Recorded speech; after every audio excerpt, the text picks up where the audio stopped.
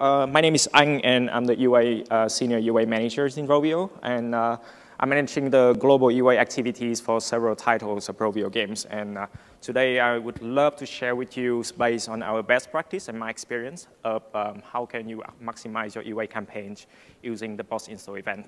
So let's first start with some basic information about myself. I've been in Rovio for 3 years.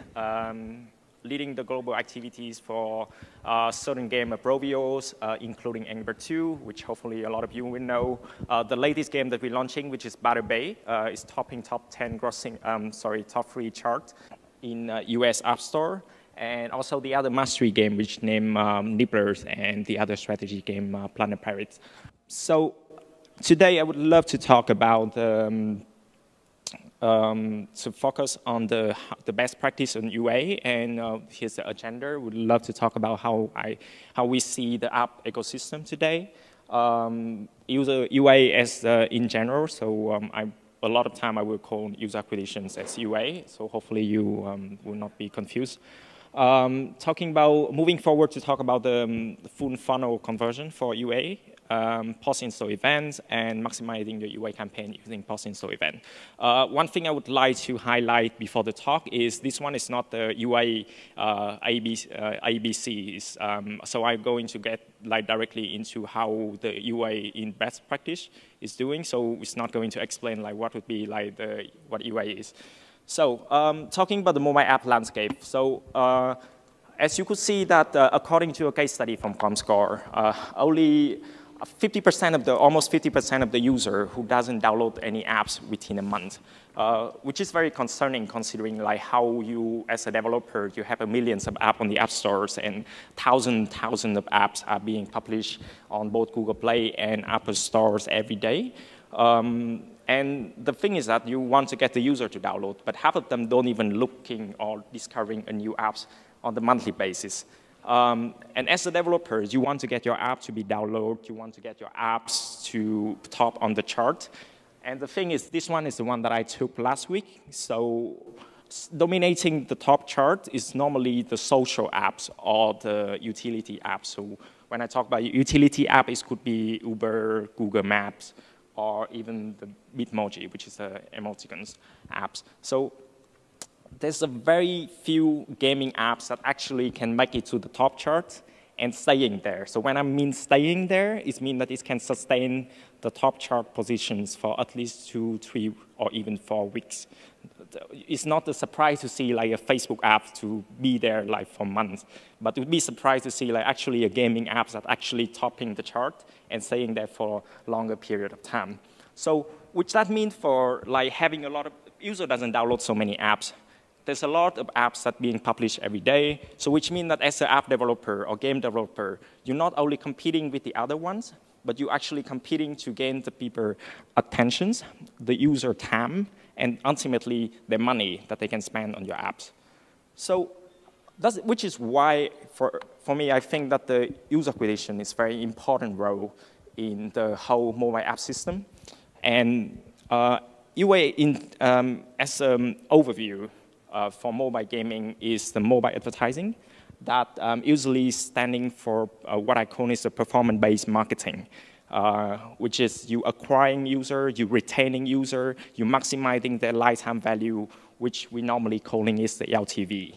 And the UA is involving in the very early phase of the game development. So when the game is in concept, you're looking for doing some sort of market research. You want to find an audience.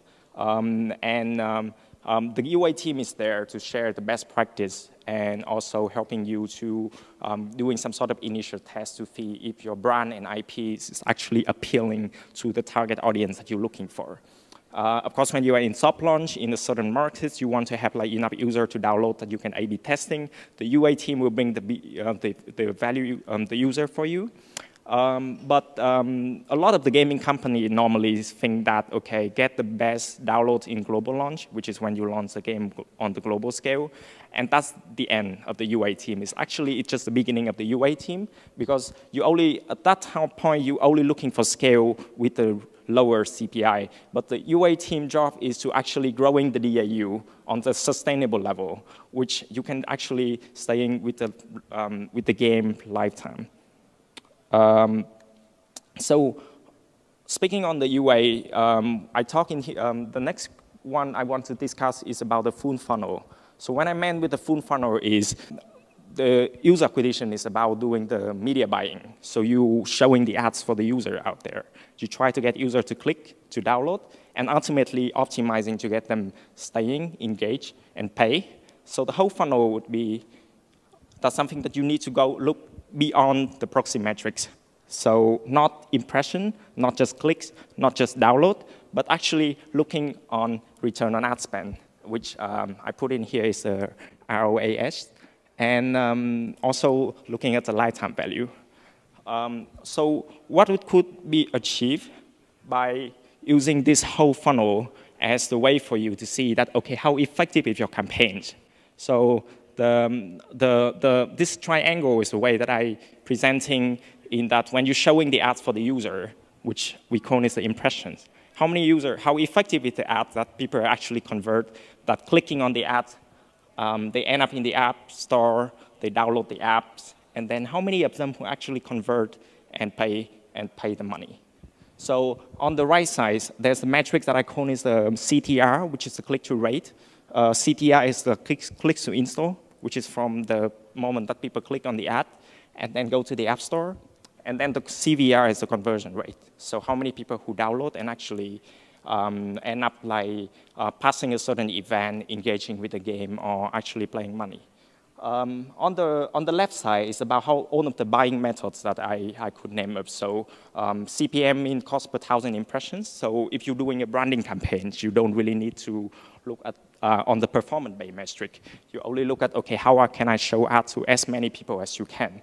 CPC means you try to get the user to click on the ad, which is probably more suitable for some sort of e-commerce campaigns. For gaming, a lot of people are talking about CPI, which is cost per install. But on this kind of talk, I want to look further to the end of the triangle that you actually talk into the cost per CPE, which is cost per engagement or cost per event.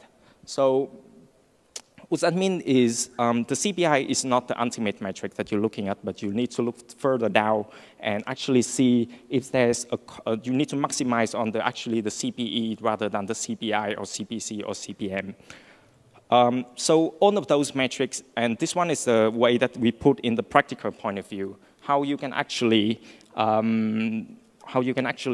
looking at all of the granular level of your optimizations and maximize your campaign. So you putting, okay, let's say CPI, CPE, CPM, metrics that are, and comparing which network is providing the lower CPI, or which network is actually providing a lower cost per engagement or cost per event, which platform, which country, which campaign. So it could be US iOS high tier versus US iOS low tier.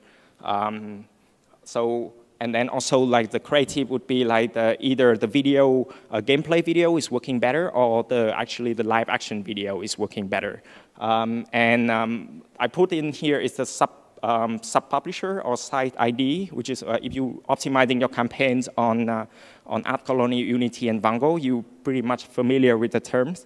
That on kind of event, this is like how granular level that you actually looking down to your analysis.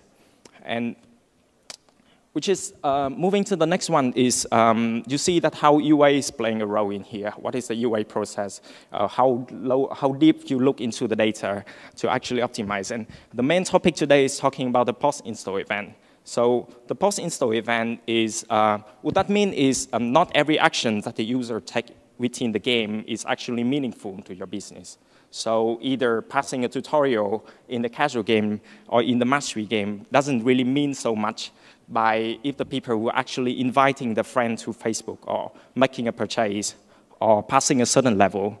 So how you can coming up with the post-install event is you analyzing the data, you find the correlations between the certain events towards your high-value user. So when you define a high-value user, it could be based on the LTV, it could be based on how much money the user have been spending, and you look at one of the event and say, okay, this user who spent most of the money, it seems that they have been passing level 25 the most.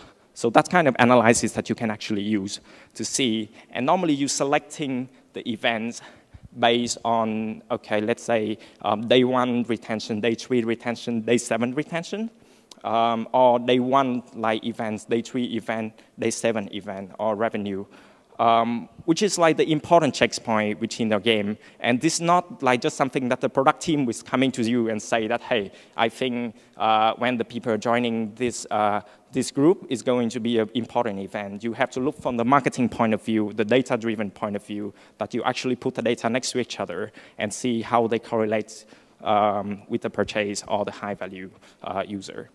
So when you want to define the important event, you normally ask like, okay, sounds good. How can I actually come up with the list of the events that fit to my game? So I have the checklist here, which is one of the questions that I normally ask myself and ask all of the game team in Rovio when before we do the UA campaigns for them. So we ask like, okay, what is your first engagement of the user to your game? What kind of game you have? Casual game, strategy game? Normally for the casual game, the early metric is very important, but for the strategy game, it's normally take a bit longer to actually have the purchase. How is the event is correlate with your LTV prediction? So every company having a different LTV predictions, and how is a certain event that you think that you analyze is correlate with your what you call as a high LTV user?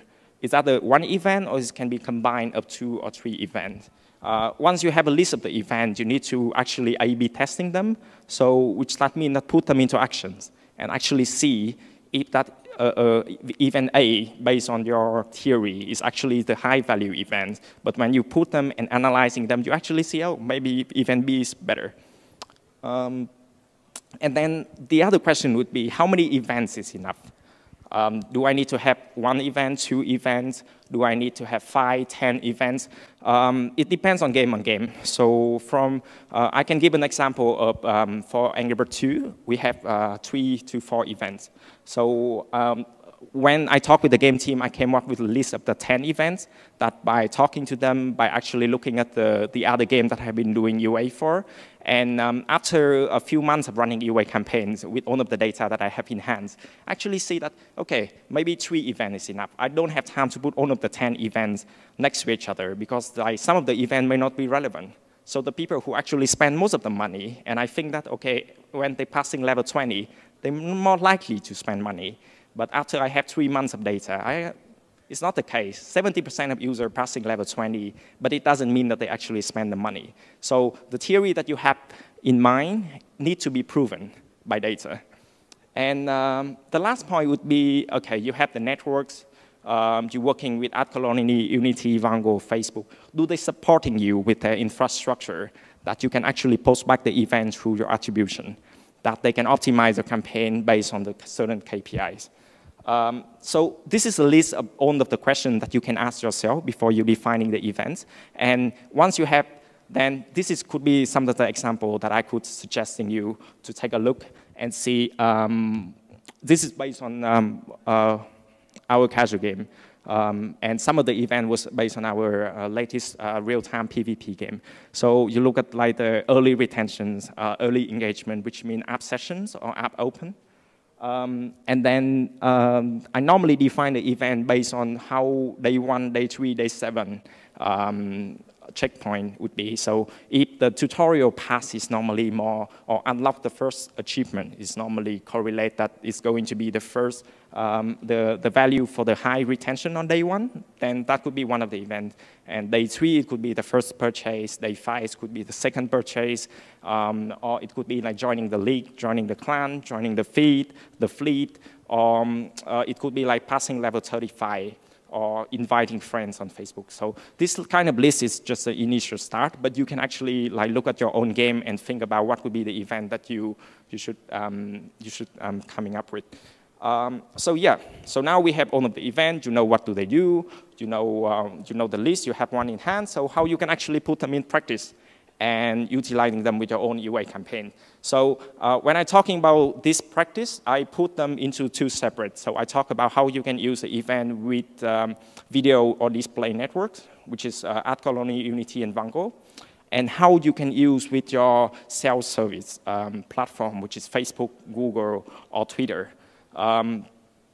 So moving to the first one. So this is how I would approach with the video networks. So you're working with your attribution partner. In Rovio, we're using Adjust. And we defined the list of the events. Adjust has the integration between Adjust and AdColony, Unity, and Vango, and AppLovin. We providing a certain event tokens to the networks. Adjust post back to them. You providing the KPI to the network, let's say to AdColony, I want to have at least 30% of users need to pass level 30 within the first 7 days, or I want to have at least 10% return on ad spend on day 7. At first, we only give them one KPI, which is the return on ad spend, and the network is normally come and say that, hey, it's so difficult to actually optimize with the revenue, because sometimes we have all of the data, they only have what we're giving it to them. So I give them also like a certain event like tutorial pass, or it could be level 20 or level 30, and with a clear KPI that they can actually look into and give them like 2 or 3 kind of like KPI goals that they can optimize to. And even though not every networks have the server-to-server integration with your attribution.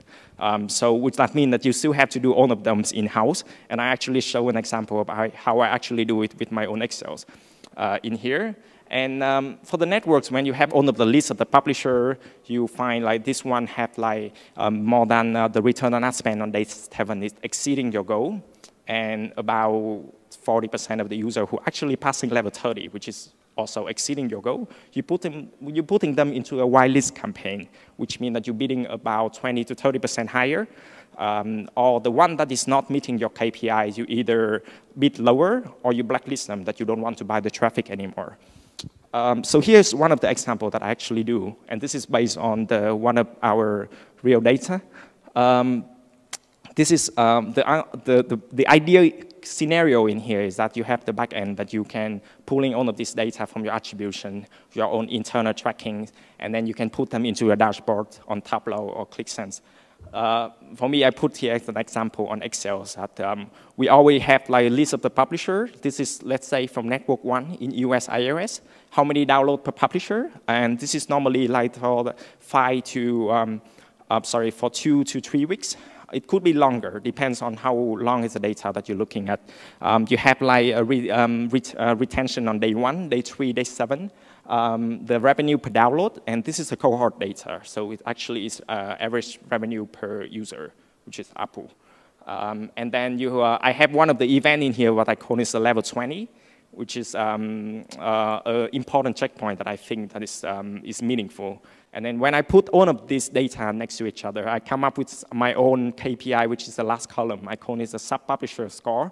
You can call them as LTV, but it's not like the clear definition. So it's just for me to define that, okay, if publisher A is better than B or C or D. So the one in the red is the one that I'm going to blacklist, because by end of the day, there's no revenue, even though there's a lot of download. The one in green is the one that, okay, you haven't seen so many downloads from there, but they show a strong potential that it's actually people going to download and actually monetize and engage. So with all kind of like data that you put together, it can help you to actually improve your UA campaign with all of the display networks. Moving to the next one, I want to talk about Facebook. So as in Rovio, we see a very successful campaign with Facebook recently. What they introducing, they call it the app event optimizations. So Facebook have all of the data of your game if you have SDK on a Facebook SDK in your game. And they've been introducing like kind of like lookalike model, and now they're moving to the higher level that they can actually offer you to, okay, you want to bid toward a certain event? They let you to do that. And the way that they do is that this is a power editor. You can choose like, okay, you want to optimize toward the people who likely to take the conversion, which is purchase, or achieving level 30 or 40 in the game. Of course, you have to put the price in there. But based on my experience, and this is not something that I would recommend you guys to do, I use a Facebook automated bidding, which for some of the cases people may get freaked out because you actually see the actual CPI that Facebook is showing to your games. For the casual game, let's say, before I put the Facebook, this automated bidding with these app event optimizations, the CPI could be about $3 to $4. After I put it, it went up to almost $10.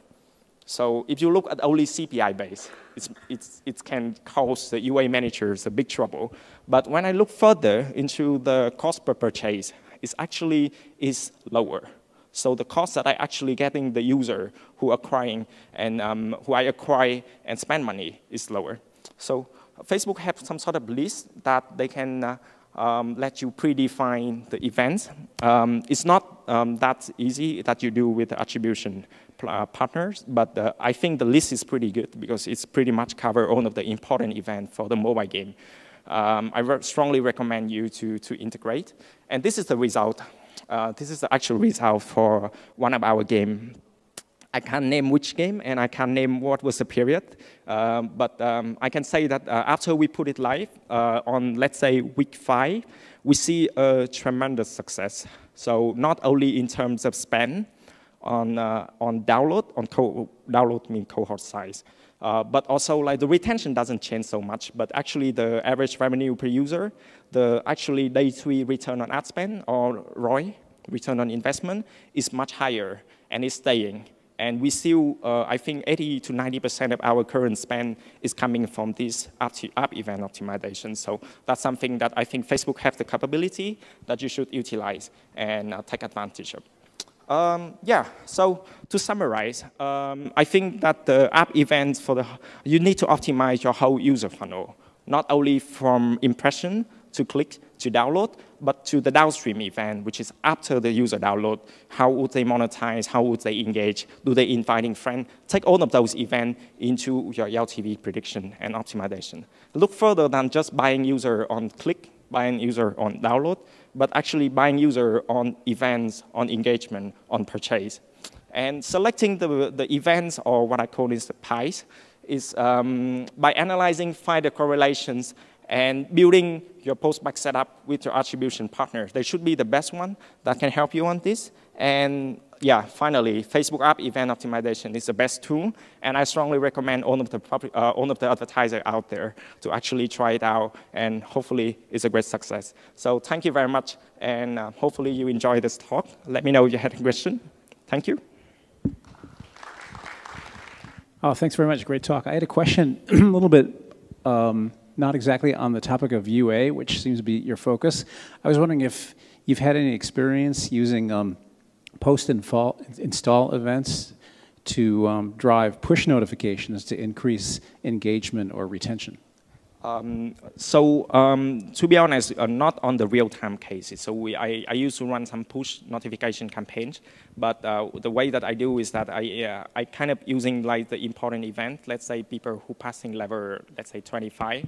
I pulling the list of the device ID and targeting the push notification to them, but not necessarily actually like using some sort of Facebook automated tool or anything for this kind of case. So the answer is analyzing the events, pulling the seed of the audience seed, and then showing the push notification.